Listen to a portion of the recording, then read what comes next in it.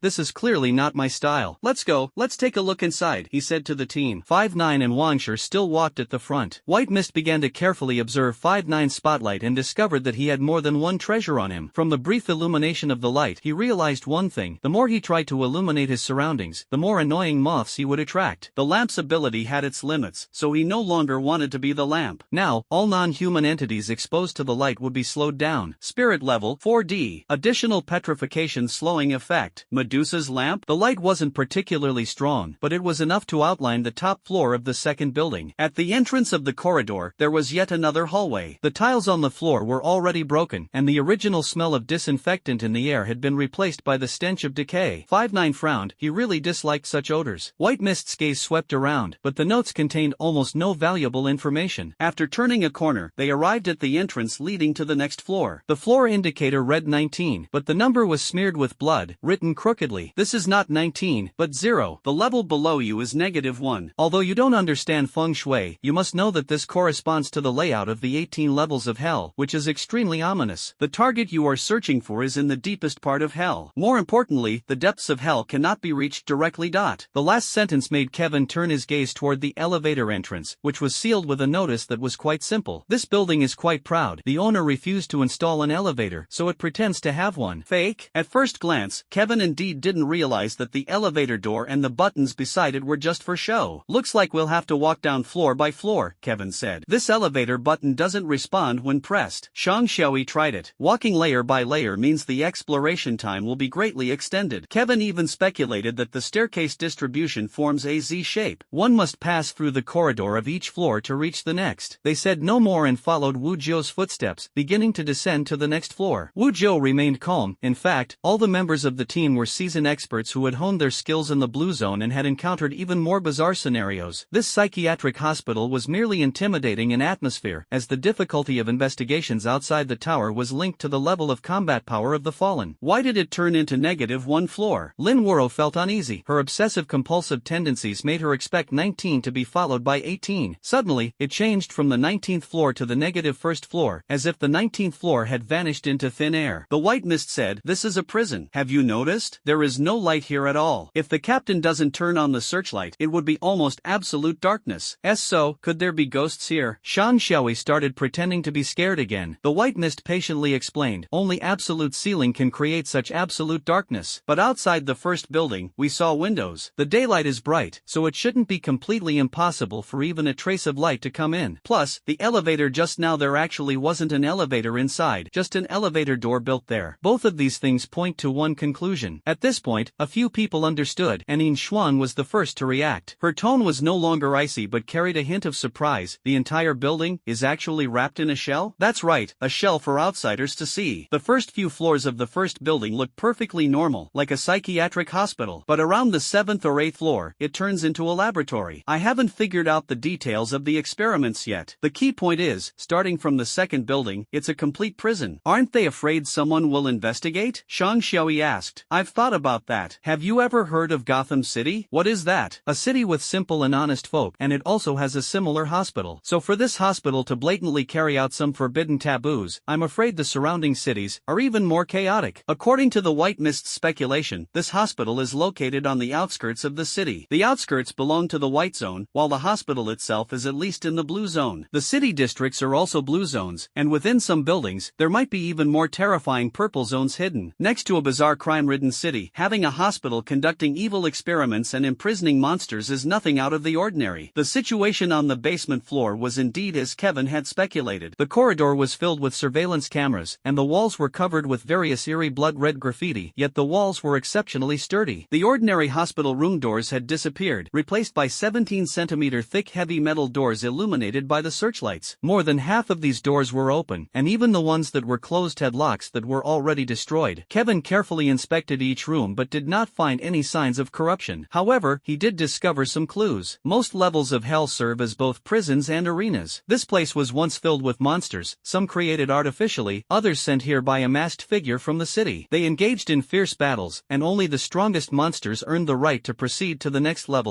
This was seen on the door of the 12th room. No valuable information was found in the other cells. Kevin began piecing together these clues. According to the note on the fallen on the ground floor of the first building, the time is 2026. At that time, humanity shouldn't have entered the tower yet? So, was the world outside the tower this terrifying from the beginning, or did it gradually change? 5-9 and the others are also unclear about the history before the tower era. This hospital gives me the feeling that it exists somewhere in the years just before the tower era began. This note confirms my suspicion. This hospital is abnormal, and the city near the hospital is even more abnormal. The world outside the tower by Wu was beginning to understand it bit by bit. However, he did not feel fear. Instead, he grew increasingly excited. On the basement's first floor, they did not encounter any fallen. 5-9 and his group quickly found the entrance to the second basement. The second basement was almost identical to the first, with the only difference being that the walls on the first basement were relatively intact, while the walls here bore scratches. So, they continued advancing to the next level. In the time that followed, although the oppressive atmosphere grew heavier, they did not encounter any fallen on any of the floors. With each level they descended, the traces of battle became increasingly evident. By the time they reached the 12th basement level, the metal hatch was even twisted. On each floor, in the 12th room, the White Mist could find slightly valuable notes. The style of these notes did not match the doors themselves but seemed more like the inner monologues of some monster that once inhabited the room. 3rd floor, I devoured Grow. His premonition of death was very useful to me. Heading to the 4th floor soon, hoping to meet some interesting folks. 4th layer, I won't die. I've avoided all the deaths I foresaw, but the food on this layer is simply terrible. These guys aren't even worth eating. 6th layer, finally encountered an interesting opponent. Out of respect, I will devour it completely. 9th layer, I can sense that no one is my match anymore. The director fears me, the dean fears me, but I will be very docile. I will pretend to submit to them until I have devoured all the monsters. 10th layer, I truly am the strongest. 13th floor, I am getting farther and farther away from the light, but closer and closer to the truth that the teacher spoke of. I am about to become complete. When I leave, I will become the teacher's strongest strongest weapon and cleave that tower.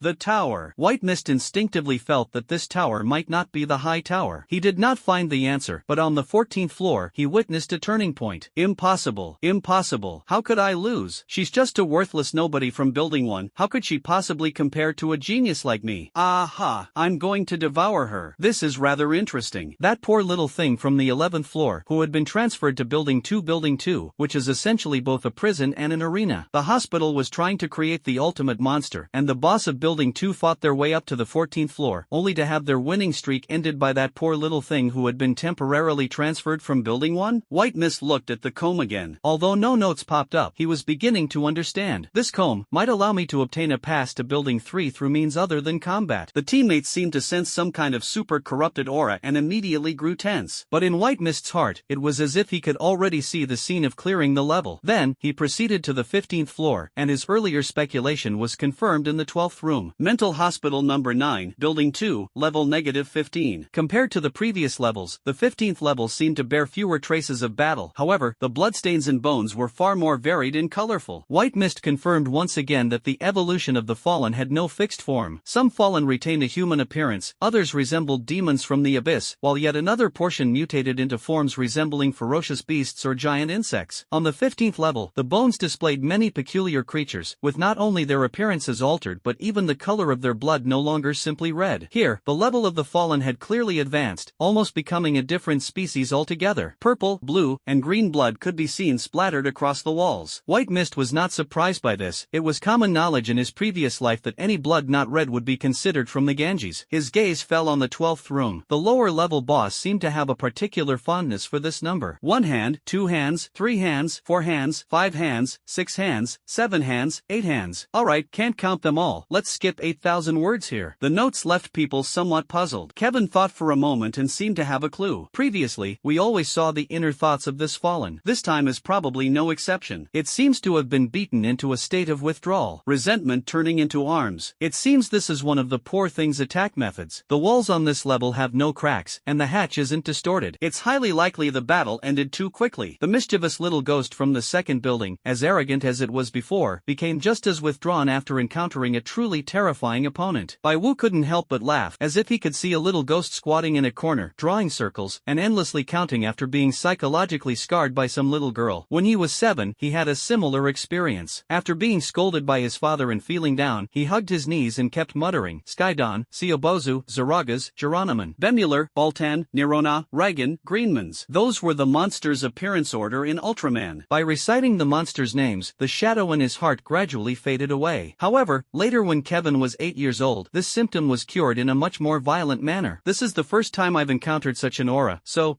terrifying. Shang Shui was truly scared this time, and his fear caused the emotional fluctuation value on his wristwatch to soar to 14. The others experienced similar situations, with almost all of them reaching double digits. Only Wu Jiao maintained a value between 2 and 5 on his wristwatch. The target should be on one of the lower levels. We sensed it, and it sensed us as well. Wang Shi was already prepared for battle. Could it be that all the corrupted aura we sensed earlier came from just one corrupted being? As we've descended layer by layer, everything has been empty. Lin Wuro frowned. White Mist knew the answer, because the other Fallen were eaten. Eaten? Fallen can attack other Fallen too? Shang Shui was puzzled. Yes, Fallen devour other Fallen to become stronger. Their food isn't limited to us. In some cases, their own kind holds more value for consumption than humans. White Mist continued. This place is essentially a prison, but also an arena. The Fallen residing here far exceed the security level of the rooftop guards, and the ones capable of devouring them are the bosses we will face in our first battle. At this moment, everyone had developed an indescribable sense of trust in White Mist, even the sharp-tongued Lin Wuro. As soon as Kevin finished speaking, they all became alert. The possibility of encountering a level 4 or higher Fallen in the White Zone was almost non-existent. However, survival outside the tower came with many lessons, the most important of which was summarized by Wu Jiao. Never use past experiences to predict the next crisis. This was the most terrifying aspect of life outside the tower. Experience could be useful, but habitual thinking must never exist. The White Zone might not necessarily be free from encounters with high-level Fallen. Regarding high-level Fallen, Kevin had another question in mind. He looked at Wu Jiao. Captain, do high-level Fallen possess human intelligence? Bai Wu suspected that high-level Fallen might retain the wisdom they had before transforming. Wu Jiao recalled an encounter with a Fallen that was indistinguishable from a human yet extraordinarily powerful. That 24-day survival ordeal should have ended ended on the 6th day, but the fallen ultimately did not kill Wu Jiu. Instead, it tormented him for a while before leaving. Before that, Wu Jiu had believed that fallen lacked much intelligence, or at least that their rationality could not suppress their desire to tear humans apart. A few fallen retain certain human traits, such as language, and an extremely rare subset of fallen, more precisely, they are evolvers. Evolutionary. Kevin was slightly surprised. This was an extremely important discovery. If only the appearance becomes grotesque, but intelligence remains unaffected, and the killing desire as a fallen can be suppressed, then the fallen transformation could also be considered a form of evolution. Just like some people who are bald but can still knock Boros down with a single punch. Compared to absolute power, a hideous appearance seems insignificant. This discovery is undoubtedly terrifying. 5-9 seemed to have guessed Kevin's thoughts and said, there are countless fallen outside the tower, but those who can reach this level are extremely rare. Don't entertain thoughts of evolution. This kind of evolution is more likely to bring destruction. Wu agreed with 5-9's perspective. The tower and the outside world still held many unknown realms for him to explore. Just one hospital could yield so much information. The vast world outside the tower and the mysterious top of the tower likely concealed even more shocking truths. Wu Jiu's words faintly connected certain events through the white mist. Could it be that this psychiatric hospital is actually researching methods to control the fallen? I need to organize the clues from earlier. The group began heading toward the 16th floor. The closer they got to the lowest level, the more they could feel the overwhelming presence of high-level fallen. In addition to energy fluctuations imperceptible to the five senses, there were also audible wailing sounds. The situation on the 16th floor was completely different from the 15th. This floor was utterly destroyed, clearly having undergone a fierce battle. Countless blood and bones were scattered across every corner, the prison walls were smashed through, and the cabin doors had been forcibly dismantled by the fallen's terrifying strength. How could a hospital possibly have so many fallen? Were these fallen, like the pitiful figure on the 11th floor, injected with some kind of serum to become fallen? If not, does it mean the hospital is actually conducting two types of experiments? White Mist was about to look toward the 12th room, but at that moment, a remark inexplicably popped up. Returning lost items is a good virtue, but are you sure you want to hand over the camera? Although I am your little darling, with the camera, you can see more precise images. Both it and I are your wings. This message was puzzling. White Mist thought for a moment and suddenly realized the camera had become a spirit vessel. He took the camera out of his backpack. Ignorant boy, let me tell you, items that can truly become spirit vessels are extremely rare. You could leave the tower 100 times and still not succeed. Africans shouldn't carry so many things, they'll just be burdens when you're running for your life. Manhwa once again launched into her cold sarcasm. The White Mist ignored her, and when its gaze fell on the camera, the information in the notes changed again. Although its spirit binding direction is different from what we expected, it can still help you. If it continues to stay outside the tower, it might even have more functions. It can only be used twice within 7 days. Now, silently recite 20270702141525 in your mind, aim it at cell number 12, and you'll find a surprise. July 2nd, 2027, 14 hours 15 minutes and 25 seconds? The White Mist speculated about the meaning of the numbers, took out the camera, and pointed it at cell number 12. Click! The camera's flash startled everyone. All technological items were rendered useless outside the tower, with only spirit-bound objects functioning. The fact that the camera could operate meant it had already been spirit-bound. Lin Woro's expression froze, suddenly feeling as though this kid was her natural nemesis. A photo slowly slid out of the camera, and Woji promptly shone the spotlight on it. The scene in the photo was not much different from the present, except for the addition of one person. It was a young man, standing in the center, staring at the lens with a crazed expression, half of his face covered in eerie curse marks.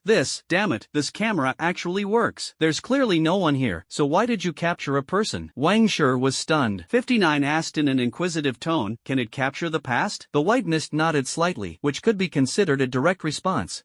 Even the timid Shang Xiaoi didn't know how to describe this item. 59 didn't ask for more details. The true ability of a spirit-bound item is only known to the first person who comes into contact with it. This is also the secret of every spirit-bound item's owner. This camera is equivalent to being able to see scenes from the past, which is extremely useful for investigations outside the tower. If it were inside the tower, it would undoubtedly be a priceless item. Even though 5-9 could guess that this ability must have certain limitations, he was still astonished by White Mist's luck. This wasn't the luck of the unlucky, but the fortune of the blessed. White Mist also felt like he had stumbled upon a treasure, but he would have preferred the spirit-bound item to be a rice cooker, ideally one that could make glowing dishes. Lin Woro snorted coldly. What kind of information can this photo provide? The boy in the photo is the lowest level guardian. According to the captain, he is likely a very high level fallen. The reason we haven't encountered any fallen before is most likely because this little guy devoured them all. Based on White Mist's deduction, if this hospital existed before the tower tower era, then the fallen inside must have lived for at least 700 years. Who knows what kind of grotesque transformations it has undergone in those 7 centuries. Everyone seemed to think of this as well. Although they didn't know the specific era, a building like a hospital should have existed before the era of the tower. Should we keep going? Im Schwein looked at 59. We should. Before 59 could answer, Kevin spoke first. Share your thoughts. 59 appeared quite composed and was not intimidated by the corrupted beings below. The third building serves as a connecting bridge between the second and fourth buildings. Its structure is likely different from the second building, as its purpose is not to imprison the corrupted. The third building might bring some groundbreaking progress, such as revealing the true purpose of this hospital. It might also help us understand what happened outside the tower in the past. White Mist's judgment has its basis. The first building is a laboratory, the second is a prison and arena, and the fourth houses the pitiful ones. Why isolate them? Could it be related to the abilities of the pitiful ones? For safety reasons, the third building cannot be used to imprison monsters. It would be best suited for storing information. As long as we head to the third building, we might be able to uncover what truly happened in this hospital. White Mist looked again at cell 12. The notes read, "So it's not that I'm weak, it's just that I haven't devoured enough food yet. There were so many interesting ingredients on the 16th floor. With these guys, I can definitely defeat her, because my pain surpasses hers. TSK, a kid tormented by Chunibyo." The written content seems to match the crazed expression on this kid's face. Kevin could somewhat understand that this little boss is inherently a deeply Chunibyo person. If his experiences were a bit more unique, he might even ask classic questions like, how many floors can a bag of rice be carried up? On the 15th floor, he was beaten into despair by the little pitiful one, but on the 16th floor, he absorbed the power of a stronger monster and regained his confidence. However, this confidence is extremely unstable. If he loses to the little pitiful one again, his confidence will completely collapse, and the little pitiful one will undoubtedly become his inner demon, an unshakable shadow. Win or lose, the answer will be revealed on the next floor. Kevin and Wu Jio quickly headed to the 17th floor. The 17th floor, like the 15th floor, showed almost no signs of destruction, but the ground was littered with bones. Kevin still looked towards cell number 12, already knowing the outcome of the battle in his heart. After devouring that spider woman on the 16th floor, I can now control them with spider silk. Now, not only am I the most powerful complete form, but I also have 23 obedient servants. They are all my trump cards. Can you kill me instantly with 23 cards? If you can kill me instantly, I'll swallow the key to the third building right here.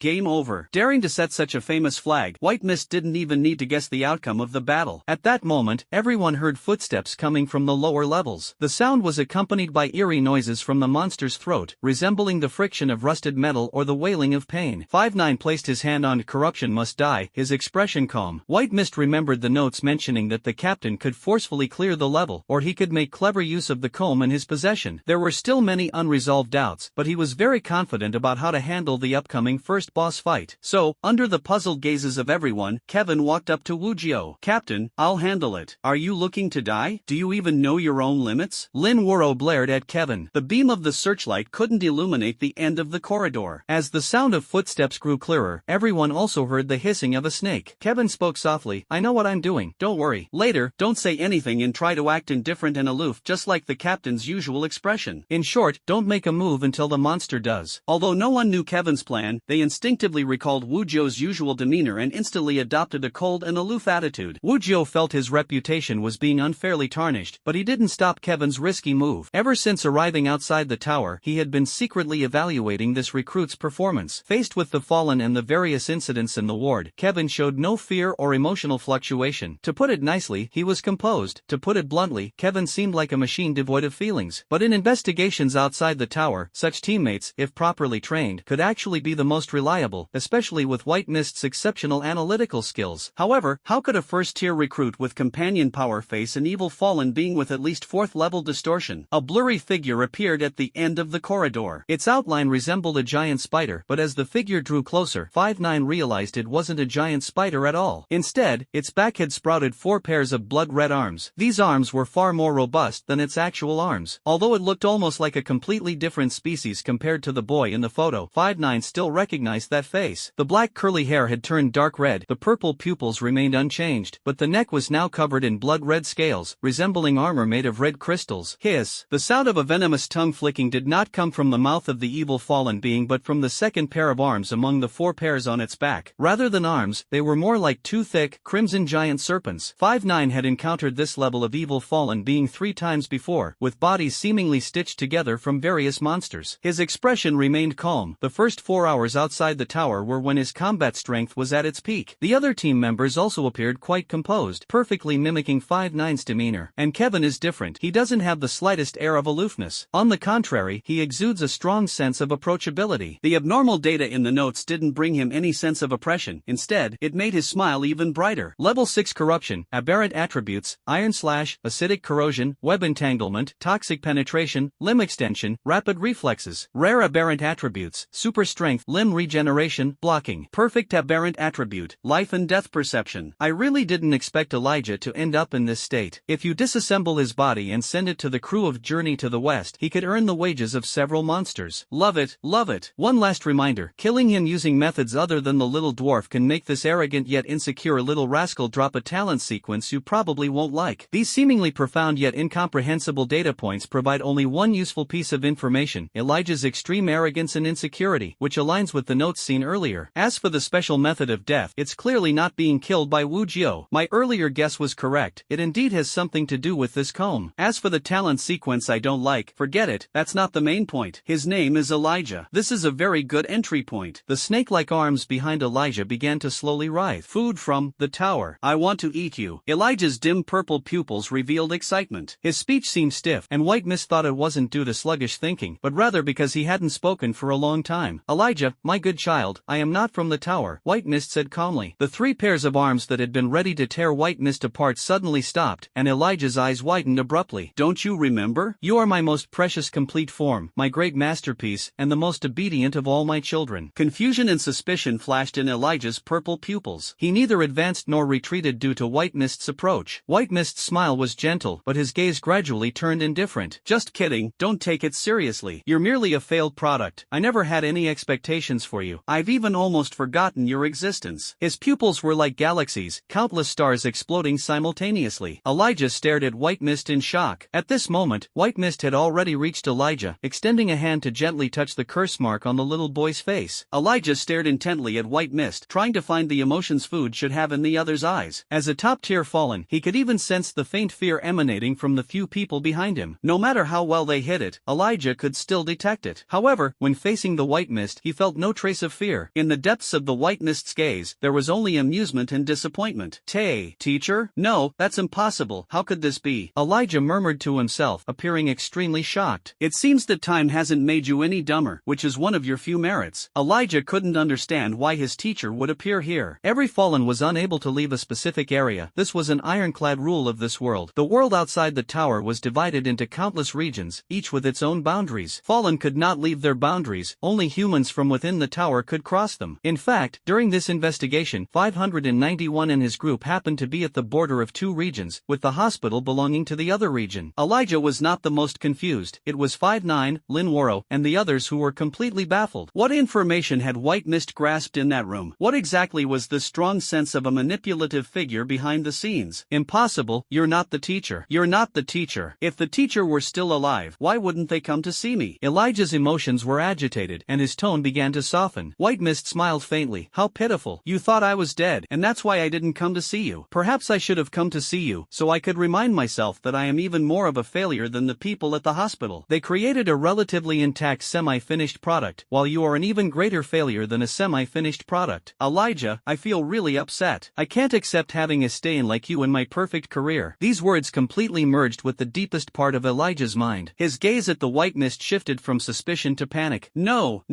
teacher, it's not like that. I am your most perfect creation, Elijah instinctively argued. The White Mist restrained its smile, but a long-lost sense of joy from clearing a game surged within. The information obtained from the notes led the White Mist to make a bold yet reasonable assumption. Although it didn't know what fear was, the White Mist cherished its life. The confidence to so brazenly impersonate some mastermind still lay in 5-9. Alright, Elijah, this appearance is quite unsightly. I placed you here because there are items here that can refine you, but you have disappointed me. You are afraid to face that little girl in the 4th building, and in the end, I had to take action myself. White Mist's words shocked Elijah once again. The teacher personally took action. Was that monster dealt with by the teacher? 5-9 and the others were still in a state of confusion, wondering, aren't we in the same area? Aren't we following the same script? However, it was not yet time for White Mist to reveal the truth. He further tormented Elijah. Over the years, your failures have deeply disappointed me, and that tower still stands tall. I created many many children like you. They are better than you and have successfully fulfilled my expectations. But you have always been my stain. There is one thing White Mist must admit: his luck wasn't too bad. The personality, tone, and demeanor of the mastermind he referenced were all modeled after his own father. By sheer coincidence, it seemed to closely resemble the style of Elijah's teacher. This was also a pitiful child, but he did not sympathize with Elijah. Elijah suddenly broke down in tears. I'm sorry, teacher. Please give me another chance. Give me another chance. I'm not a failure. I'm not a failure. I'm not. The poor soul from the fourth building crushed Elijah's confidence 3 times in a row, to the point where Elijah internally believed he could never defeat the monster from the fourth building. His teacher must also be very familiar with Elijah's personality. A child lacking love, once recognized, will desperately strive to gain more recognition. Arrogant, insecure, loyal, and love-deprived. These are the personality tags White Mist extracted from the notes about Elijah. In the notes from the 9th and 13th floors, Elijah mentioned the hospital administration and his teacher. This child feigns submission to the hospital administration but is fanatically devoted to his teacher, openly stating his desire to become his teacher's weapon. From this, White Mist deduced that the corruption in this hospital is divided into 2 factions. One is the administration of the 9th Psychiatric Hospital, and the other is Elijah's mysterious teacher. He arranged for Elijah to come here because Elijah possesses a certain ability that allows him to grow stronger by preying on other corrupted beings. Thus, the mysterious teacher's goal should be to have Elijah disguise himself as one of the hospital's corrupted beings and use the hospital as a stepping stone, continuously devouring the hospital's corrupted beings to achieve evolution. Unfortunately, the hospital created an even more terrifying monster, a little girl from the 11th floor of Building 1. The poor soul was crushed by Elijah 3 times, and the extremely self-abased Elijah chose to give up on himself, accepting his identity as a failure. The little girl is the next target to clear, but White Mist has a premonition that he will definitely face Elijah's teacher in a certain area. This is the truly evil existence. Apart from the trump card of 59, the reason White Mist dares to impersonate this teacher is that he is certain Elijah has never seen the teacher. The teacher's face is likely obscured by a mask, and the voice has been processed. The reason for this is that the teacher is unsure whether Elijah can complete the task and whether the hospital might extract any information from Elijah through questioning. Therefore, the best approach is to ensure Elijah knows nothing. The reason for constantly suppressing Elijah is due to his loyal dog personality. The more disappointed the master is in him, the more self-blame and guilt he feels. Afterward, when entrusted with a task, the loyal dog will go to any lengths to complete it. This can be inferred from the notes on the 13th floor. White Mist remembers that in his previous life, novels from a female perspective often featured male leads with loyal dog traits, which were quite popular among female readers. However, in novels, a loyal dog is someone who is good-looking and wealthy. In reality, such individuals are merely called sycophants. Apparently, Elijah regarded the teacher as a deity, but Elijah himself was merely one of the many pawns of this teacher. As long as Elijah could be misled into believing he had encountered his former teacher, half of the game would already be won. White Mist began to utilize the information from the first note upon entering the second building and took out that comb. Seeing the comb, Elijah recalled the process where the little girl, while pitying herself and combing her hair, easily defeated him. It seemed the teacher had truly killed her. From that moment on, Elijah no longer had the slightest doubt, and his fear of the little girl gradually transformed into fervent worship of the teacher. White Mist once again revealed a gentle smile. Elijah, my dear child, the plan for the complete form failed because of you. I have never forgotten you. See, haven't I come to find you? I trust you won't disappoint me a second time. The gentle smile at the corner of his mouth, paired with the coldness deep in his eyes, made Elijah both fearful and eager as he began to express his loyalty. Please give me another chance. Teacher, I will definitely complete your task. I won't disappoint you again. To create the perfect being, you are an indispensable part. You know, the artworks displayed in museums derive half of their value from craftsmanship and the other half from the history and stories behind them. The latter grants them eternity, and I want to bestow such eternity upon you as well. The White Mist gently combed through Elijah's curly red hair and said unhurriedly, they have become a part of you, bringing you closer to perfection. But we both know there is still a long way to go. I hope you can become a part of me, staying with me forever. Your body will achieve eternity with me, but before that, it needs to detach from your will. What should I do? Elijah looked at the White Mist with devotion, not understanding the meaning of those words. The White Mist leaned close to his ear and softly gave an explanation. Elijah is dead. Under the puzzled gazes of the 59 people, the 4 pairs of arms behind him pierced through his own body. The young man collapsed in front of the White Mist, the fervor in his eyes gradually fading away. About half a minute later, Lin Woro finally closed her mouth, which had been agape in shock. She came back to her senses and looked at the White Mist in confusion. What on earth is going on? Why did he commit suicide? What is the complete form plan you mentioned? And who is the teacher? 5-9 was also curious to know any conversation requires certain data support to unfold. When When did White Mist obtain the data support? I've said this before, and I'll only say it once. From now on, just choose to believe my words without questioning the reasons. Since we're teammates, mutual trust is enough. This time, without the information in the notes, White Mist wouldn't have been able to draw certain conclusions. So for things that can't be explained, either there's a logical flaw, or don't try to fabricate an explanation, just choose not to explain. This is a pitiful child, but White Mist did not feel guilty, because Elijah's fate only had two outcomes: either die at the hands of 5-9 with fear and resentment,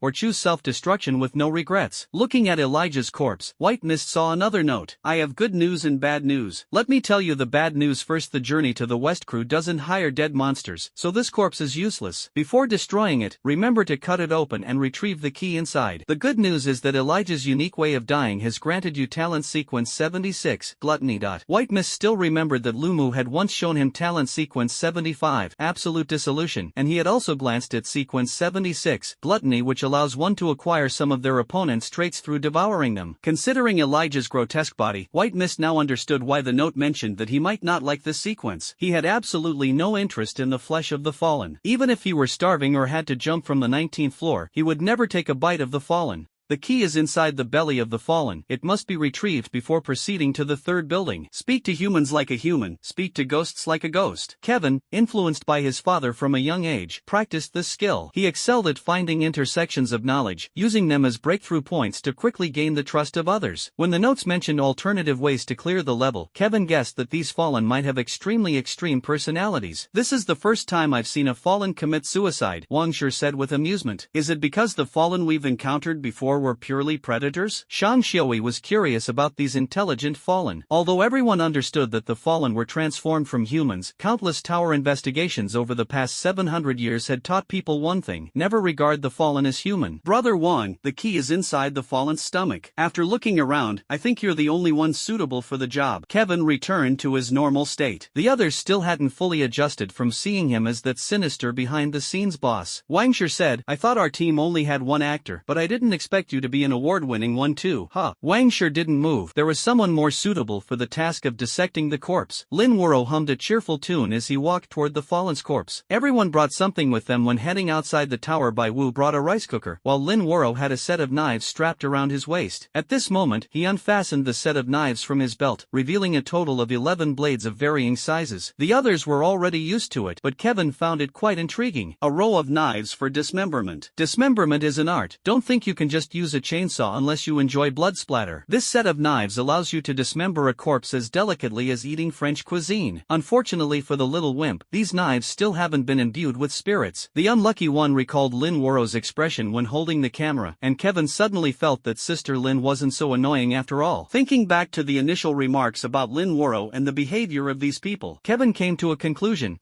Only Yinswang and I are normal in this entire team. The air was filled with a foul stench as the group of 5-9 patiently waited for Lin Wuro to cut the cake. Lin Wuro worked quickly. Although these knives hadn't been imbued with spirits, their material was extraordinary. Before long, he retrieved the key. A key to enter the next level. You must be curious, does every door in this world require a key to open? Use your brain, and you'll find the answer. What does it mean? Kevin did think about this question. From the top floor to here, he discovered that many floors were damaged, and the cell doors were twisted. So, thinking about the entrance door of Building 3, Wujio should be able to force his way in. No, I overlooked something. The events happening in this hospital likely occurred before the Tower Era began. Before and after the Tower Era, the world outside the tower was different. Before the Tower Era began, the hospital was still a hospital. But now, the hospital is just a scene outside the tower. And scenes cannot be destroyed. Just like in GTA 5, even if you install a Thanos mod, snap your fingers, and fire hundreds of rockets, the palm trees remain unscathed. Ever since I could see the notes, Kevin has always had a feeling that the world outside the tower is restricted by some powerful rules. That's why the city has remained intact for the past 700 years, with facilities still functioning and the sewers still operational. Thus, even after 700 years, this hospital remains, and the corrupted evil within it still cannot destroy it. So, the doors to the world outside the tower may also be impossible to force open. A key must be found. Alright, finally done cutting. Lin Wuro's voice interrupted Kevin's thoughts. Looking again at the spot where Elijah had fallen earlier, Elijah's corpse was no longer visible. Skullcap, liver, spleen, stomach, heart, skeleton, several several arms on the back. All of Elijah's body parts were neatly arranged. Bai Wu noticed that the corrupted stomach was very peculiar. Perhaps Elijah was unique. He had a stomach but no intestines, more like a heart connected by countless enormous blood vessels, transforming the digested material in the stomach into energy and distributing it throughout the body. Lin Woro looked at the neatly arranged fragments on the ground, as joyful as an 18-year-old girl. Kevin had seen this behavior during criminal investigations in his past life. Certain perverse murderers had their specific killing styles. Among them was Lin Woro's method of cutting the body into many parts and then scattering them like pieces of a puzzle. Once it's done, let's go. We'll head to the next floor first. Kevin had no interest in Lin Woro's platter. However, his impression of this team improved slightly. While playing the role of teacher Elijah and conversing with Elijah, Kevin was certain that these people could more or less deduce some aspects of the child's past. Yet, everyone remained calm, without any excessive sympathy. In his previous life, when Kevin helped the police solve cases, he often heard the public saying things like the criminals were pitiful or their actions were understandable. He found it incomprehensible. Why do we still need to go downstairs? With Elijah's death, Shang Xiaoyi was certain that the building no longer had any traces of the fallen Sora. Since it's an exploration, naturally, we need to check every corner. Kevin still had a few unresolved doubts. For instance, why was Elijah so fixated on cell number 12? Why did he never leave this building? Had he made some sort of agreement with the pitiful one in building 4? Or could it be that the fallen are unable to leave specific areas? On the way to the lowest level, Kevin asked this question: Captain, why don't these fallen choose to leave this building? Not sure. No one knows the answer to this question. At least, the current tower exit literature doesn't mention the fallen migrating en masse from one area to another. We can temporarily regard it as a form of restraint. Restraint, huh? That does explain why Elijah doesn't leave, so the scene cannot be destroyed. The creatures within the scene also cannot easily switch scenes, but since this restraint hasn't been supported by any principle, it cannot be regarded as an ironclad rule. Investigations outside the tower must still be conducted with extreme caution, Wu Jiao warned seriously. White Mist nodded, agreeing with 5-9's caution. Although this superior rarely spoke, he was indeed very responsible. The 18th floor did not have many cells, much like how an arena would have a most distinctive cage to imprison the strongest beast. The entire 18th floor was this exquisite cage, and Elijah was the beast inside. The layout of the lower level was very simple, with a large blank area and scratches left by Elijah on the walls. White Mist looked at these scratches and found that they did not correspond to the blood-red patterns seen in the first building, confirming that Elijah had likely been here for hundreds of years, never having left. He suddenly thought of some irrelevant matters again. Walking all the way down, Kevin only saw a sanitation area in the first building, but none in the second. Combining this with the scene of Lin Woro's dissection earlier, he confirmed the conclusion provided in the notes: corruption does not require excretion. What a pity that in his previous life humans could not evolve into such advanced bodies. Otherwise, it would have resolved the regret of countless otakus discovering that their goddess also has bodily needs. Stopping the curious thoughts in his mind, Kevin's gaze swept across the house. Most of the notes were of no value, but Kevin still found some clues. Although there were no cells on the entire ground floor, at the position corresponding to room 12 on each floor, the notes finally mentioned something Kevin was interested in. A stubborn fellow, he is the 12th disciple, so he has always favored this number.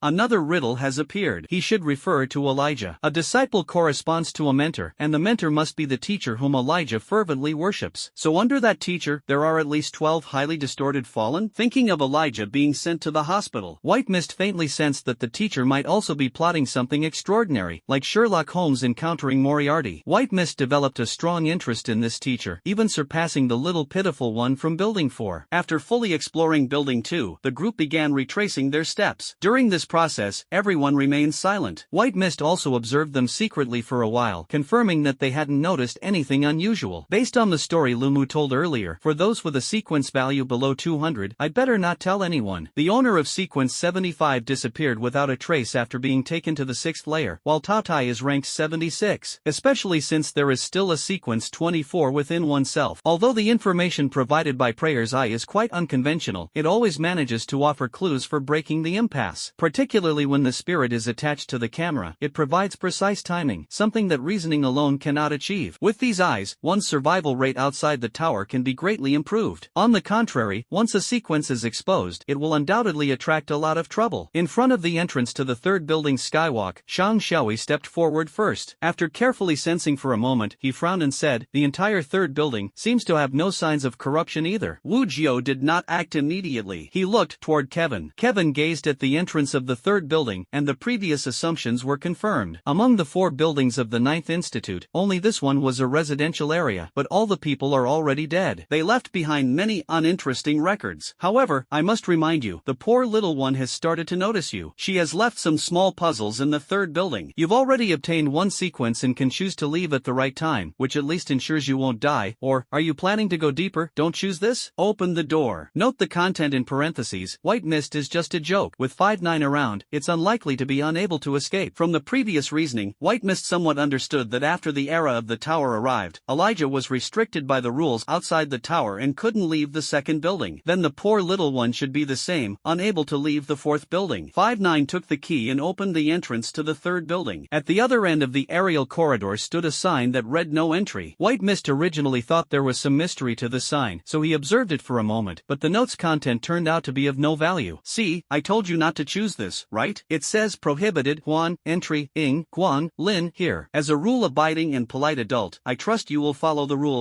Since it's a floor where people live, the third building naturally has an elevator. After passing through the long corridor and dining area, Kevin arrived at the elevator entrance. A note popped up again. Can't go back. Bai Wu looked at the warning in the note and became intrigued. The strength of 5-9 shouldn't make it impossible to escape, but the so-called going back requires using the return roulette. Without this step, naturally, there's no going back. The poor little thing is in the fourth building. That I can probably guess her methods. Bai Wu directly pressed the button for the third floor on the elevator. 5-9 asked again, why are we going to the third floor? The clue is on this floor, White Mist replied. You give me the feeling that you've been here before. This isn't a conclusion that can be reached through reasoning. I need an explanation. The previous conversation with the Fallen and the detail about the key being inside the Fallen's stomach made 5-9 start to suspect that White Mist might have other sources of clues. White Mist had already anticipated that he might make some choices and actions later on that others would find incomprehensible due to the notes. So he explained, I don't particularly like explaining, but since the captain has sincerely asked, I'll reluctantly tell you. On the 11th floor of the first building, you heard the Fallen's call, which caused an emotional fluctuation that attracted its resentment. I then went to find the source and entered the room in the corner. Why did you think that room was the source? 5-9's logic was meticulous, but in this world of strange forces and supernatural beings, White Mist remained completely unperturbed. Perhaps because my emotional fluctuations are very low, the sounds I hear are different from yours. What did you discover in that room? 5-9 continued to ask. A multiple choice question with 3 options, or I had to pick 2. The voice of corruption whispered in my mind, urging me to make a choice. The corruption itself wasn't in that room. It left behind a key, a file, and a comb, and told me I had to choose 2 out of the 3. The elevator had already reached the third floor, and everyone was attentively listening to White Mist recount the previous clues. White Mist, with a serious expression, continued to half-truthfully fabricate. I chose the file and the comb. Why not choose the key? And why can't we choose them all? Lin Woro asked. Because if you choose 2 of them, the remaining item will disappear. The reason for not choosing the key is that the key corresponds to a lock. Whatever is locked outside the tower, whether good or bad, carries risks. Everyone nodded. Kevin's reasoning made some sense. Only Wu Zhou's expression grew increasingly grave. It wasn't that he didn't trust Kevin, on the contrary, because he trusted his teammate. He increasingly felt that the Fallen Kevin mentioned was very powerful. The files record many things, such as the arrangements in the second building and some strategies for the third building. The reason I was able to have a conversation with that Fallen named Elijah is that the data source lies within the files. Where's the file? 5-9 asked. It disappeared. Just like that key, it vanished after I finished reading it. Only this comb remains, but once it fulfills its purpose, I suppose it will disappear too. White Mist's reasoning was logical, and no one doubted it. You weren't in there for long. Did you memorize everything in the file? Since it was a file, the content was naturally extensive. Lin Woro's concern was understandable. Recalling Lin Mimi's nitpicking, White Mist said calmly, isn't photographic memory the standard for this team? Lin Woro stopped talking. To be precise, the entire group fell silent. What else is in the file? 59 asked. The clue is on the third floor. Start searching from the third floor first. Also, stay close to me and don't fall behind. That's it? Lin Woro pressed further. Of course, there are more, but I'll mention them when needed. Additionally, White Mist's gaze swept over the group, and after a brief pause, he spoke seriously. A team without blind spots should have each member clearly positioned, with everyone fulfilling their roles. My role is the eyes, the observer, so do not question my words. Having the habit of seeking explanations is good, but it doesn't apply to a team where lives are entrusted to one another. Moreover, eliminating doubts can improve team efficiency. In terms of team cohesion alone, 5-9 and the others currently have no reason to trust White Mist. After all, this is their first time working together, and questioning is the correct approach. White Mist is well aware of this. However, he still said it, partly to ensure smoother use of Prayer's Eye in the future. He needs to start instilling a mindset now. White Mist handles the thinking, I handle the action. expression. On the other hand, he wanted to see how the captain would react. 5-9 remained calm, which slightly raised White Mist's evaluation of him. As they exited the elevator on the third floor, the group immediately felt an indescribable eerie atmosphere. The blood-red patterns seen at the registration area of the first building now covered the walls of the third building. No one understood the meaning of these winding symbols, and the notes White Mist had seen only briefly mentioned, part of a formation. The information provided by the Eye of Prayer was limited, but there was no warning. The White Mist began searching for clues. On the third floor of the third building, there used to be a place in this hospital where medical records were stored. The structure here was different from the other floors, with fewer rooms, as the rooms had been merged into an archive display room. While circling the display room, Yin Shuang suddenly stopped. "You came to find me." A soft voice drifted past Yin Shuang's ear. "I'm outside. You came to find me, sister. I miss you so much." Yin Shuang turned around. The voice seemed to carry a certain allure, as if a long-lost younger sister was calling out to her. But Yin Shuang had no younger sister. Her expression became dazed as she prepared to walk in the opposite direction. "Where are you going?" The others had been observing the surrounding symbols when Kevin suddenly spoke, startling them into realizing that Yin Shuang had unknowingly fallen to the back of the group, seemingly about to lag behind. "I heard a voice." Yin Shuang woke up from her daze. Wu Zhou's pupils contracted sharply. This was his failure as the team leader. The patterns on the walls had momentarily distracted him. There was no sound. Also, take a deep breath and suppress your emotions. 29. Yin Shuang was surprised to see the value on her wristwatch suddenly jump from single digits to 29. But she did not feel fear. Fear, anger, and sadness, these three negative emotions manifest differently. The White Mist quickly deduced a conclusion. The current conclusion is that humans transform into fallen when experiencing extreme negative emotions. Whether it's anger or sadness, their past inevitably triggers empathy, but they are no longer human. Yin Shuang looked at Kevin, surprised by his composure that did not match his age. "Everyone, the moment you hear any sound, speak out immediately." Kevin was now certain that his guess was correct. The fourth building housed the pitiful ones, but the third and fourth buildings were too close, making the means of attack by the resentment more diverse. It was no longer just the arm attacks from the first building. Hallucinations were likely to appear frequently in the third building. He suddenly recalled the little girl in a red dress who occasionally flashed on the road during moments of extreme panic. The most striking building on the third floor was the archive exhibition room. After the small incident of Yin Shuang falling behind, the group arrived at the archive exhibition room. 700 years had passed, yet the archive exhibition room did not appear particularly dirty or messy. For Wu Zhou, it was the first time seeing such a vast collection of documents outside the tower. Although it was uncertain whether the historical truths he sought were among them, it was still an opportunity to learn as much as possible about the era before the tower. Just as he was about to touch the archives, Kevin suddenly spoke up to stop him. "Captain, don't touch." "What's wrong? These files aren't quite normal. You'd better not browse through them." The White Mist was not exaggerating. When focusing on the files, the notes did not provide explanations for individual files. "Here lies a collection of experiments involving corruption, but it's best not to open them lightly. Little Poor Thing has added a twist to these books. Browsing the files will make you experience the pain endured by the experimental subjects firsthand." "Do you think Little Poor Thing is misusing their abilities?" A petition of 10,000 signatures. This is what Island Films need. 1/10,000. In short, the archives are not presented in textual form but as memories, directly infused into the mind of the reader. Reading these archives will allow the reader to empathize deeply. After Kevin briefly explained the situation, the team fell silent again. Anyone with a sense of empathy, anyone who was normal, would imagine the terrifying torment these patients endured before turning into fallen entities. Even the most cold-blooded leaders could not guarantee reading these archives without inner turbulence. If it is truly memory implantation, it's equivalent to experiencing the same pain, making it likely for one to immediately fall into corruption. So the most dangerous place is still this building. If it weren't for the information Kevin saw earlier, we might have directly accessed these archives. The leader felt a chill of fear because their hand had already touched the cover of the archive. Kevin hadn't expected there would be traps here. If it involved memory implantation, then there wouldn't even be a chance to activate the return mechanism. They would instantly fall into corruption. "Do these files have any value for reading?" 5-9 withdrew his hand and asked seriously. The White Mist nodded. "This is also a part of history. Although it's on a microscopic level, this hospital studied the fallen. Even if it doesn't document the origin of the fallen, these twisted experimental records can still provide some research findings about the characteristics of the fallen. So what should we do?" "The files tell you the clue is on the third floor, but the clue can't be read," Yin Shuang asked. "It has to be the person with the biggest guts, the most carefree, and the least temper to go through these medical records," Lin Woro hinted. "The person with the biggest guts won't feel fear, the most carefree won't feel sadness, and the least temper won't feel anger." Bai Wu did not bother to argue with Lin Nini's misuse of words and concept switching. After all, he was too lazy to explain explain the reasons for his lack of empathy. Instead, he directly pulled out a medical record. Before opening it, Kevin said, "Stay right here and don't move. No matter what sounds you hear, try to remain calm." The medical record was located on the upper shelf of the first bookshelf in the second row of the archive room. There were thousands of medical records here, and Kevin wasn't sure if the one he picked was the one he needed. He could only start flipping through them in order to find the pattern of arrangement. 2025.0407 There was a slight issue with the serum exchange experiment between Ding Jiao and Yi Lu. Dr. Lu and I decided to seek help privately, even though the director explicitly forbade us from asking that person for assistance. But we all know his research on corruption far surpasses ours. However, before that, I must at least make Ding Jiao stronger, so that person will look at me with new eyes. Before he could finish reading the first paragraph, Kevin was already seeing hallucinations. Wu Jiao, Yin Shuang, Lin Wuo, Shang Shui, and Wang Shi had all disappeared, and the surrounding bookshelves suddenly vanished as well. He collapsed on the hospital bed, catching sight of a doctor's back. The doctor seemed to be jotting something down while preparing some kind of reagent. White Mist found himself unable to move, his body alternating between hot and cold. At this moment, the original patient, essentially the test subject, was in great pain. It had been injected with a higher grade abyssal serum, and its body was undergoing a mutation, as if teetering between life and death. If someone else were to enter this memory without the abyssal's dulled sense of pain, they would only experience greater suffering, leading to negative emotions. White Mist did not. He frowned, but not because of the pain. This sensation only made his mind unusually active. He was merely frustrated that, being in the abyssal's memory, he couldn't use the Eye of Prayer, which gave him a slight headache. At this rate, the information I can gather will be very limited. Unable to empathize with the abyssal's emotions at the time, White Mist woke up shortly after, even before the doctor finished recording. The scene before his eyes shifted back again. He smiled, feeling that the experience was indeed quite good, though the patients in the medical records seemed a bit too resilient. He began reading the second section. 2025.0409 Before meeting that person, I really wanted to use the formula I had summarized myself to give Ding Jiao the sense of smell of Bing Si. But damn it, Bing Si's serum actually caused Ding Jiao to grow scales. All my conclusions were wrong. Wrong. The aberrant corruption, there's absolutely no pattern, absolutely uncontrollable. What kind of force is turning them into corrupted beings is completely unknown. The memory began again. This time, Kevin saw himself furious and terrified because of the scales, even pulling them off piece by piece. Tearing off something growing on his own body with sheer force was naturally excruciatingly painful. Bai Wu frowned again, not because of the pain, but out of pity for those scales. Considering his communication with Elijah, he had seen the notes, which mentioned that Elijah possessed a rare aberrant trait, block. Kevin thought it was very likely that this attribute was brought by the scales, so he tried to dissuade them. Don't pull it out. Growing scales isn't something unacceptable, is it? Who wouldn't want to grow scales? In our country, everyone takes pride in growing scales. People without scales aren't even worthy of finding a partner. This absurd consolation naturally had no effect and might even provoke the other party into a rage. The only reason they didn't lose their temper was that the owner of the scales couldn't hear White Mist's voice. The reader is merely immersed in the memory of the scales owner, experiencing the same pain as them, but unable to communicate with the people in the memory. White Mist felt this function was still incomplete. Even if the poor soul truly used this ability in Japanese films, you could only follow the plot and couldn't ask the actors to change positions midway. What's the fun in that? The plan for the blood petition was abandoned. He returned from the memory once again and began flipping to the next page. This process, 5-9 and the others indeed sensed a certain kind of corrupt energy fluctuation, seemingly pulling at Kevin. However, the value on Kevin's wristwatch was still 0. As the ace group of the ace team, 5-9 and the others had all experienced teammates succumbing to corruption. They knew how terrifying those memories could be, so Kevin's calmness seemed unbelievable to them. Yin Shuang had always thought that everyone in the team, except herself, were monsters, but now she felt, not all monsters are the same. Compared to Kevin, they were the normal ones. Time passed little by little. In the time that followed, Kevin remained immersed in reading, occasionally showing a disappointed expression, sometimes frowning, but never appearing to be in much pain. Lin Wuo even thought that perhaps the so-called memory implantation might not have such a strong sense of immersion. Maybe I could handle it too? She was just thinking and did not act like a liability out of curiosity about the files. While Kevin was reviewing various files and medical records, Lin Wuo tested him a few times and made some sarcastic remarks, only to find that Kevin did not respond. It seemed that during the process of entering the memories, Kevin could not hear the commotion from the outside world, so the group started talking about him. Captain, this newcomer is quite interesting. Where did you find him? Lin Wuo looked at Wu Jiao. The others were rather surprised. It was rare to hear the word interesting come out of her mouth. Do you remember the investigation we had the interrogation team participate in earlier? About the 3rd and 4th levels, the gambling ring secretly run by those nobles. He was one of the slaves involved, exiled to the blue zone. The content of the gamble was how long Kevin could survive, Wujio said meaningfully. That was Kevin's first time venturing outside the tower. This time is his second. The first time, he survived alone in the blue zone for nearly 2 hours, and it was in an extreme temperature zone. Extreme temperature zone. Wang Shi's eyes widened. In such conditions, either 70 to 80 degrees or minus 20 to 30 degrees, if one couldn't find a temperate area immediately, half an hour would be enough to kill a person. Interestingly, the banker, in order to make Kevin die quickly and make the gamble more entertaining, sent an assassin to that area to kill Kevin. But Kevin stirred up the assassin's emotions with his words, attracting the nearby fallen who caught the scent, killed the assassin, and then Kevin seized the return roulette and went back to the tower. That's how I found him. This maneuver was indeed unexpected. What Wujio was implying was that Kevin seemed to be an insulator against the fallen. The fallen killed the person sent by the gambling house, but didn't sense this kid. In other words, even in the extreme temperature zone, he remained calm the entire time? Lin Wuro found it hard to imagine someone maintaining a composed demeanor in such extreme hot and cold conditions. Bai Wu might be lacking certain emotions, Yin Shuang suddenly said. This is the most reasonable explanation. Shang Shui nodded. Whatever, as long as he's not antisocial. In our place, this kid is a sharp weapon. Lin Wuro gave a positive evaluation for the second time. At this moment, Kevin was actually already awake, his consciousness freed once again from the memories of corruption. But he was quite cunning, continuing to maintain his previous appearance, with his heartbeat and even breathing unchanged, listening to everyone's evaluation of him. Deep down, Kevin also wanted to know whether these people were trustworthy. So the nobles didn't come to cause trouble? Captain, how did you know his return location? The gambling game on the 4th level. I remember we investigated for a long time and found almost no clues, Shang Shui asked. At that time, a woman called and told me something. She asked me to rescue Kevin before the people from the gambling den got to him, Wujio replied. A woman? Wang Shi frowned. This matter is still under investigation, and there are no leads for now. I can only confirm that the woman is from the 3rd or 4th level, at least a noble. I'll ask Kevin after returning to the tower. What could he possibly know? Lin Wuro snorted softly. 59 said seriously, if it were just a lack of emotion, it wouldn't be enough to survive in the extreme temperature zone. What I value in him is his ability to reasonably utilize the surrounding environment and find the most advantageous combat methods for himself. Shang Shui nodded. He could sense that Kevin, like himself, seemed to have a particular interest in the fallen. But while his own interest stemmed purely from a desire to kill and use excitement to suppress fear, Kevin had no fear at all and was purely intrigued. 59 had been observing Kevin all along and understood his calmness and rationality better than anyone else, especially his behavior on the day he woke up in the interrogation room of the interrogation team. Old Lu had even wanted to snatch him away directly at that time. So is it possible that one day, out of the blue, some noblewoman will come asking for him? What do we do then? Wang Shi certainly didn't want Kevin to be taken away. 59's tone remained as calm and composed as ever. No one can take what's mine. Bai Wu felt slightly comforted. Although this group of teammates was far from normal, even misfits had their own kind of charm. In fact, when the Survey Corps managed to locate him so precisely, Kevin had already considered the possibility that someone within the Corps might be involved in the betting game. However, 59 held a significant position in the Survey Corps, and if even he was unaware, it meant the matter was far from simple. Kevin didn't dwell on it further. After about 30 seconds, he began to subtly quicken his breathing, signaling to 59 and the others that his consciousness was returning from the corrupted memory. The group sensed it as well and refrained from saying anything more. It was as if the earlier conversation had never taken place, each of them maintaining a natural expression. How is it? Any discoveries? 59 asked. How much time has passed? Kevin countered. 40 minutes. I've found a little, but it's not important information. I still haven't found the key to breaking the situation. I'll keep reading, so please wait a bit longer. As Kevin spoke, he took another medical record from the bookshelf. The subsequent medical records continued to make White Mist feel the painful memories of many experimental subjects before they turned into abyssal fallen, and even after they had already transformed. However, White Mist remained the same, showing no emotional fluctuations. He even gradually attempted to take control within the abyssal fallen memories. If memories were likened to a continuous video, then White Mist, in order to search for many details and having repeatedly experienced these memories several times, could now pause, rewind, and fast-forward the video content, as well as freely exit. The medical records were imbued with the resentment of the strongest abyssal fallen from Building 4, which is why these memories could be seen. However, even the owner of the resentment never expected that a human could remain completely unaffected emotionally by the abyssal fallen memories. Thus, when White Mist opened the 11th medical record, the memories showed a slight change. 2027-0206, Lunar New Year. The spiral arm modification plan for Jiasan has been more than halfway completed. Next, it will be put into experimentation. The monsters on the outskirts of the city are mutating at an increasingly high rate. We must speed up. If that person's statement is correct, then there is only 1 year left before this world will be completely ruled by monsters. But what about that tower? I have never seen the tower he mentioned. White Mist had already discovered earlier that the hospital was creating monsters, and this world had not yet entered the tower era but was in a transitional phase. Outside the city, and even in some parts of the city, various monsters, known as Abyssal Fallen, had appeared. The earliest mention in the hospital's medical records was from 2023, which means this world had been struggling against the Abyssal Fallen for several years. The hospital was undoubtedly evil, even if their goal was to research ways to manipulate the direction of mutations and create controllable Abyssal Fallen. Then there is the mysterious presence mentioned in several medical records. This person seems to possess incredibly profound knowledge and has resolved many doubts for the people in the hospital. Is it Elijah's teacher? The tower has not yet appeared, but earlier Elijah mentioned the tower, so the two towers are indeed not the same tower. The tower that now sustains human life is extremely massive. It could not have appeared out of nowhere. This investigation, for the group of 591, merely uncovered a hospital researching corruption. How did the corruption come about? How did people come to live inside the tower? All of this remains unknown. When he was about to exit this memory, the White Mist suddenly realized he couldn't leave. The memory continued. He was experiencing the pain endured by test subject A3. The spiral arm is a weaponized body part capable of rotating like a diamond drill. This type of mutation is considered a common mutation, but it involves enduring excruciating and unbearable pain. The mutation cannot provide a proper emotional response to this pain, but the sensation of pain is very real. The more pain Kevin felt, the clearer his thoughts became, a condition that made his brain exceptionally active. However, his body began to sweat due to the intense pain. Am I being targeted? Bai Wu suddenly realized that he couldn't escape the memories of the fallen, which likely meant that the poor soul in Building 4 had started special treatment. Sure enough, although he couldn't turn his head, he could catch a glimpse of a red figure from the corner of his eye. It was a petite girl with long hair, slightly shorter than Wu Jiao. However, Kevin couldn't see her face. Why is it that people without scales aren't worthy of finding a girlfriend? The girl asked a strange question, her voice clear and completely different from Elijah's. After Elijah's transformation into a fallen, his voice sounded like corroded metal scraping against itself. But the girl in the red dress, judging from Kevin's peripheral vision, looked almost identical to a normal person. White Mist frowned. So, everything she said in the memories of other corrupted beings, this one could hear? This must be the big boss of the 4th building, now the ruler of the entire 9th hospital, the poor little thing. But White Mist felt as if she were trapped in a nightmare. No matter what she did, she couldn't exit the memory or turn her neck to get a clear look at her. I made it up. I just thought it didn't need to feel panic or sadness just because it grew scales. If a corrupted being has a human appearance and human rationality, does it still count as corrupted? For some reason, the aura emanating from the poor little thing didn't make White Mist feel any danger. You're lying. The poor little thing's voice came through. In an environment like this, where I'm at your mercy, do I have any reason to lie? My name is White Mist. What's yours? White Mist remained calm. The big boss wouldn't go as far as to kill someone in their sleep like Chao Mingda, right? Before the final boss battle, triggering a conversation with the boss in advance often opens up the possibility of unlocking alternative endings. This might be an opportunity. The information mentioned in the notes suggests that all of this is a choice given by the poor soul. If this choice is handled well, it might unlock more information. You're lying. The poor soul did not respond. She simply repeated what she had said earlier, her tone still tinged with anger. White Mist was completely unperturbed. Though the fallen are extreme in character, they were once human. All emotions arise from their own inherent logic. I must find the reason for her anger. Perhaps I need to temporarily play the assassin. I am not lying. Although it doesn't align with the doctor's expectations, when faced with danger, the scales might allow it to survive longer than others. Becoming ugly is already a foregone conclusion, so at the very least, don't let yourself become the weaker side. To find the reason for the little one's anger, I must put myself in her shoes. She is a little girl who was frequently tormented by humans, eventually consumed by overwhelming resentment, and turned into a fallen. I cannot be deceived by her seemingly harmless demeanor. She might very well be a super fallen that even the captain would have to face with full effort. In the display room of the 3rd building, the reason these medical records directly integrate into memories is that she wants those who later review the records to feel the pain suffered by the test subjects. Kevin faintly found a direction to break the stalemate. Before the little one could speak, he began to take the initiative. You left me a multiple choice question key, file, comb. I chose the last one. Actually, the comb never existed, right? As the words fell, the scenes in the memory suddenly began to distort, and the entire hospital trembled slightly. Kevin speculated that it might be due to fluctuations in the little one's emotions. He wasn't worried about breaking her defenses with a single sentence. The pain the fallen had endured was far more terrifying than words. Why did you choose the comb? Unlike the mixed voices she had heard before, upon entering the memory and seeing the pitiful girl in the red dress, her voice remained that of a young girl. Just intuition. The key might be the key to the cage that trapped you, and the file might record the cruel things the hospital staff did to you. Both would bring back bad memories. The white mist told a lie. Of course, he knew the key had nothing to do with the cage, it was likely a tool needed for the fourth building. But now was not the time to show off his intelligence, it was the time to express his perspective on the fallen. Of course, it's not entirely a process of elimination. The comb isn't a torture device, and its material can't harm you. Amid the scattered syringes, cameras on the walls, sturdy cages, and chains, the comb seems out of place. Compared to everything else, its presence feels too gentle, as if it doesn't belong in that room at all. When Manhwa urged Kevin to step out of the house, Kevin's initial intention was to choose an item that could help him obtain a sequence. He had originally planned to take the key. He did not doubt the note's content, the favorability of the fallen, the talent sequence, and hatred. Among these, the talent sequence should be the most useful to him. However, at the moment of making a choice, years of gaming intuition and caution suddenly made Kevin realize that the best outcome might not be the safest one. Some things can be obtained, but not enjoyed. The notes did not mention that his life would be in danger, but without gaining the favorability of the big boss, perhaps his teammates might also be put at risk. In the end, Kevin chose the comb. He recalled the content mentioned in the underground passage: things that cannot be seen cannot be analyzed, and things that do not exist naturally cannot be analyzed. This comb might just be a solidified mass of resentment. Maybe when you were very young, there was someone you loved the most. She gently combed your hair, spoke to you softly, treated you with care, and cherished you. When people encounter unavoidable and irresistible events, they tend to recall those memories that were still somewhat beautiful. The world in memory twisted again, and the poor little thing was clearly affected by this statement. So I was thinking, maybe this symbolizes an obsession of yours. I don't know what you've been through, but I can sense from the previous medical records that it must have been inhuman torture. At that time, you must have been so desperate. You longed for the person who used to comb your hair, but she didn't appear. There was no such person in this hospital, only monsters, and humans more cruel than monsters. The white mist wasn't sure if it could rely on persuasion all the way, but since Elijah had rationality and suppressed the desire to attack using it, perhaps the poor little thing also possessed rationality. You're lying. It was still the same sentence, but the tone had clearly changed. White mist said expressionlessly, lying? You think I just want to survive, that my instinct is to fear you, and everything I said earlier was made up, right? Humans' attitude toward the fallen couldn't possibly be like mine. The little one looked somewhat surprised, as if this person seemed to know her thoughts. The world in her memory gradually stabilized, and White Mist continued his approach. I am not afraid of you, nor do I dislike you. The reason I came here is not to kill you, but to investigate the truth behind some events that happened in the past. You can feel it, I have no fear. Having not witnessed the brutal history of 700 years of war between humans and the fallen, nor been indoctrinated from a young age with the concept that the fallen are unforgivable. White Mist came from another time and space, so at least in one aspect he was sincere. He did not detest the fallen. On the contrary, he had a strong interest in them. My name is White Mist. You might not know that we humans live inside the tower, and the outside world is almost uninhabitable for us. Not long ago, I was thrown out of the tower, where the temperature once reached 70 degrees. I nearly died. Perhaps if I had died, I would have ended up just like you. Of course, it's not the same. Kevin was very clear that he was outside the tower, far from being on the brink of death. Even if he did die, his lack of any negative emotions would most likely turn him into some kind of corrupted barbecue. But these words were still necessary. This is a technique often used in communication and persuasion. First, make it clear that you understand the other person's situation, then indicate that you've experienced similar circumstances yourself. Ideally, both experiences should be caused by the same enemy. Sure enough, there was a rational little one who slowly approached Kevin. He couldn't move, so he kept trying to get the little one into his line of sight. Now, he could see what the other person looked like. It was probably a girl around 15 or 16 years old, with long hair and a red dress wrapping her petite figure. Her face wasn't particularly beautiful, but it gave off a feeling of the girl next door. However, on her neck, there was a curse mark similar to Elijah's. Looking at the curse mark, White Mist suddenly had another doubt. If you think I'm like the others and want to kill me, I can't resist, but at least let me die understanding. Can I ask you some questions? My name is Hong-in. The pitiful girl said her name. She was beginning to gradually trust me. At least she believed I wouldn't kill her immediately. What's the deal with the curse mark on your neck? I saw someone with the same curse mark in the second building. Hong-in curiously looked at White Mist. Her eyes were much more lively compared to Elijah's, which even gave White Mist an illusion. Could the aberration of evil corruption actually be a process where humans turn into monsters, and ultimately return to their original state, where monsters become human? The higher the level of evil corruption, the more human-like they appear? But White Mist quickly realized how absurdly wrong this idea was. You want to know why I didn't kill him, right? And you also want to know what really happened to the others. He was naturally referring referring to Elijah, while the others included the doctor and those experimental subjects. Kevin blinked. There were too many mysteries in this hospital. So far, he had uncovered 4 riddles, but not a single answer. You will fear me. I will prove that everything you said is false, that you were lying to me. You don't fear me only because you haven't seen the real me. Hongyin glared fiercely at Kevin. However, her face, resembling the girl next door, simply couldn't convey enough venomous emotion. Kevin also understood that the real highlight must lie in Hongyin's own memories. In fact, those medical records, those who were classified as A, B, C, and D without even having names, all had painful experiences. It wasn't just the physical suffering brought by the serum, but also the various forms of mental despair. It's just that White Mist cannot empathize, cannot truly feel what others feel. If it were someone else, they might have already gone mad. Then let's test it. If you're right, then I wouldn't mind dying, would I? A trace of doubt flashed in Hongyin's eyes again. A few seconds later, the scenes in the corrupted memories changed once more. The intense light was blinding, causing White Mist to instinctively close his eyes. When he opened them again, he was back in the room on the 11th floor of the first building. Cages, iron chains, syringes, monitors. Those cold, lifeless objects all exuded a red aura. The items on the table had changed. The files, keys, and comb were gone, leaving only a medical record. This left White Mist feeling a bit regretful. Returning here again wasn't a save point reload, and the plot tied to the other 2 items was indeed no longer obtainable. The file and the medical record were not the same thing. Still, it could be considered a gain. Among the 4 riddles, the part about the little poor one might contain the clues. Picking up the medical record, Kevin did not hesitate and opened it directly. At that moment, countless wails echoed in his ears. Countless fragmented images, like a mirror suddenly shattering, appeared in Kevin's vision, and the sounds in his hearing were filled with a sense of disconnection. It took him a long time to process the overwhelming information. This memory experience was different from the previous ones, like a massive jigsaw puzzle, with scattered pieces of information in each fragment. 9.25. Uncle Chiao was crying out in pain again. I told the doctor not to torture Uncle Chiao anymore. The doctor asked me, who was Uncle Chiao? Only then did I remember, Uncle Chiao was no one. To them, the name Uncle Chiao had long ceased to exist. He was now called Yiwu. He began pleading for my help. Although his voice grew weaker and weaker, I could hear it clearly. Uncle Chiao desperately wanted me to take him away. I couldn't bear to leave him. 9.27. Today I heard some news. The patient on the 3rd floor of the 2nd building lost control and completely turned into a fallen.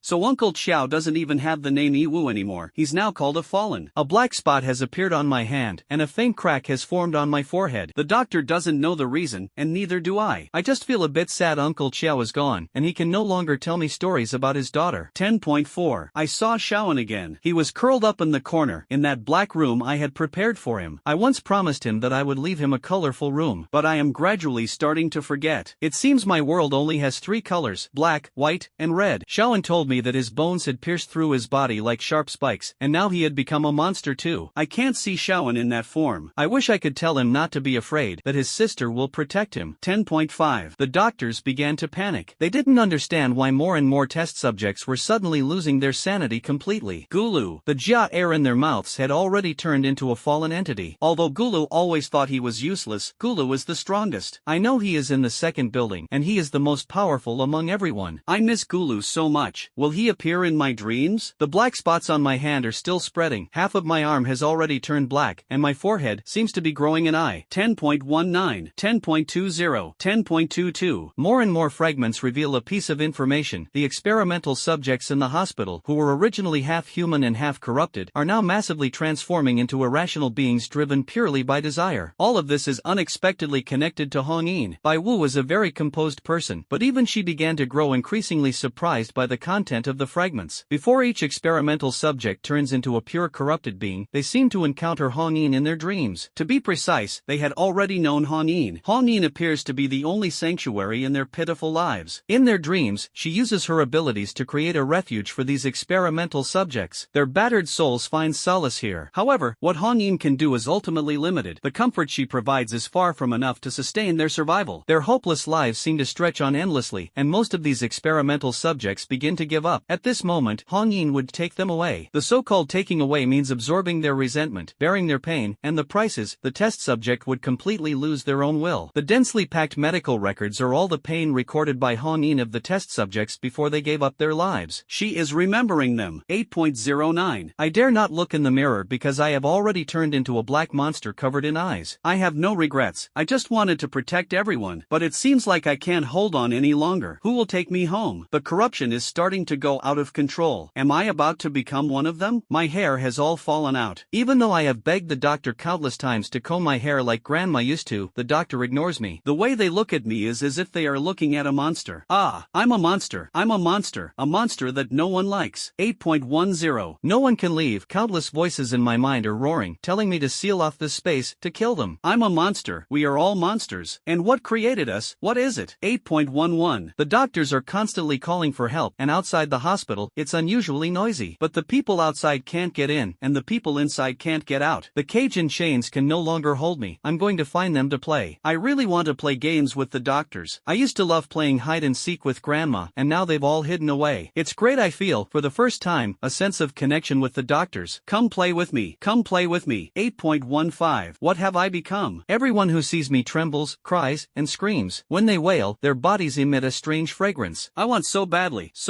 to eat them. 8.16. I met Elijah again. He's truly amazing. Even though he loses to me every time, he has never thought about leaving this place. He doesn't want me to take him away. He's waiting for his teacher. To see his teacher again, he told me that no matter how harsh the environment, he can endure it. I really envy Elijah. I also wish there was someone outside waiting for me. Only grandma loved me, but I know grandma has been gone for a long time. I hope Elijah can keep waiting. I granted him a part of my power. Even though he resisted so much, it seems like because of me, his teacher doesn't want him anymore. I'm sorry, Elijah, I'm so sorry. 8.20. More and more doctors, because of despair, the scent emanating from them grows stronger. Some of them are dying, while others are becoming part of us. I should go and devour them. All the voices in my head are screaming. Uncle Joe, Little and Gulu, they're all roaring, urging me to tear the doctors apart. But I don't want to. I just want to play games with them. I don't want them to die. Yet they all fear me because I am an ugly monster. Yes, everyone hates monsters like me. But I don't hate you. I just want to play with you. More and more memories are being infused into White Mist's mind in the form of logs. At this moment, White Mist finally understood why the notes referred to Hong Yin as poor little thing. This pitiful child bore the resentment and pain of everyone. The individual pain and resentment alone were enough to cause a person with normal sanity to fall into despair due to overwhelming negative emotions. And the entirety of the Ninth Institute, with all the experimental subjects combined, what kind of terrifying monster would that create? In subsequent logs, Hong Yin has already begun to lose her sanity. Even though her condition has become so distorted, she still resembles a kind-hearted child. Deep down, Hong Yin is still unwilling to kill the doctors who once tormented her. But it was all too late. The hospital had become a place filled with resentment, and everyone feared Hong Yin. If it weren't for those negative emotions, perhaps Hong Yin could have restrained her desire to kill. But those negative emotions were so intense that the entire hospital, except for Elijah, the fallen one, had no survivors. Among all the puzzle fragments, it was precisely the growth and transformation of Hong Yin, that adorable girl next door, in order to alleviate the suffering of others in the hospital, absorbed the overly intense resentment and began to deform bit by bit. The gradually expanding black patches, the eyes slowly emerging on her forehead, each person taken brought Hong Yin closer to that indescribable monster. Finally, the White Mist saw a shapeless monster, its entire body shrouded in a massive black fog, with hundreds of eyes glowing scarlet, quietly observing its surroundings. Unfortunately, the Eye of Prayer cannot be used in this place. Hi darling, did you miss me? I'm about to suffocate here. This poor little thought suppression is too strong. I'll disappear in a while, so you'd better observe as much as you can now. The countdown starts now. This. When Kevin thought of using Prayer's Eye, that strange note actually appeared. However, Prayer's Eye seems to only last for 30 seconds. Bai Wu did not hesitate, focusing on the center of the giant puzzle, staring at the completely transformed, indescribable corrupted Scarlet. 9th level corruption, aberration entry, mental power *12. Rare aberration entries, resentment barrier, resentment manifestation. Perfect aberration entry, super resentment manifestation. Congratulations on seeing the true form of the poor little one. I cannot explain what the concept of 9th level corruption entails, especially since you are already within her attack range. However, I can offer you 3 pieces of advice: grovel, grovel, or grovel. Don't think about defeating her, like the little dwarf. She is a specialist type fighter. Weakness? There shouldn't be any. I'm just a pitiful and helpless little note. The effect of Prayer's Eye vanished instantly, and the dialogue box before him was wiped away. White Mist speculated that perhaps his subjective will had forcibly activated Prayer's Eye once. But within Hong Yin's barrier, he was ultimately subdued. Outside the tower, the 3rd floor of the 3rd building of the 9th Psychiatric Hospital, Wu Jiao and the others watched Kevin enter a meditative state, which had lasted for a long time. How long has it been? What's wrong with this kid? Why is there still no reaction at all? Lin Wuro was a bit anxious. It wasn't just Lin Wuro, even Yin Shuang and the other team members felt inexplicably irritable. Wu Jiao Jiu glanced at the time and said, "You'd better adjust your emotions. There's 1 minute left until the full 4 hours out of the tower." Everyone was startled, then immediately began adjusting their state. Outside the tower, every 4 hours, some strange negative attributes are added because this world is rejecting humans. The brief minute passed quickly. Yin Shuang's legs felt as if they were filled with lead. She lifted her feet several times, trying to adapt in the shortest time possible. Outside the tower hindrance entry, sluggish. Wang Shi, on the other hand, felt weakness in his arms, as if his strength couldn't be exerted. Outside the tower hindrance entry, attack power reduction. Lin Wuro's situation was even more severe, as if she were one of those NetEase cloud users who start feeling depressed at a certain time. Her past tragic experiences kept resurfacing, and a wave of sadness gradually rose in her heart. External tower obstruction entry, negative thinking. The most unfortunate was Shang Shui, as all the scenes before his eyes directly disappeared, leaving him unable to see anything. External tower obstruction entry, blindness. Wu Jiu frowned. Grief and blindness usually appeared on the 3rd or even the 4th day. However, considering Lin Wuro and Shang Shui's poor luck, Wu Jiu felt relieved again. "You two return to the tower first. Right now, you're a burden," 59 said calmly. The external tower hindrance he was enduring was called Evil Frenzy, which could enhance the attack speed of nearby corrupted entities. For 59, this wasn't a major issue, as he could easily handle it. But with this trade-off, whether the team members could withstand the attacks of the corrupted entities was uncertain, especially with one having lost their sanity and the other their vision.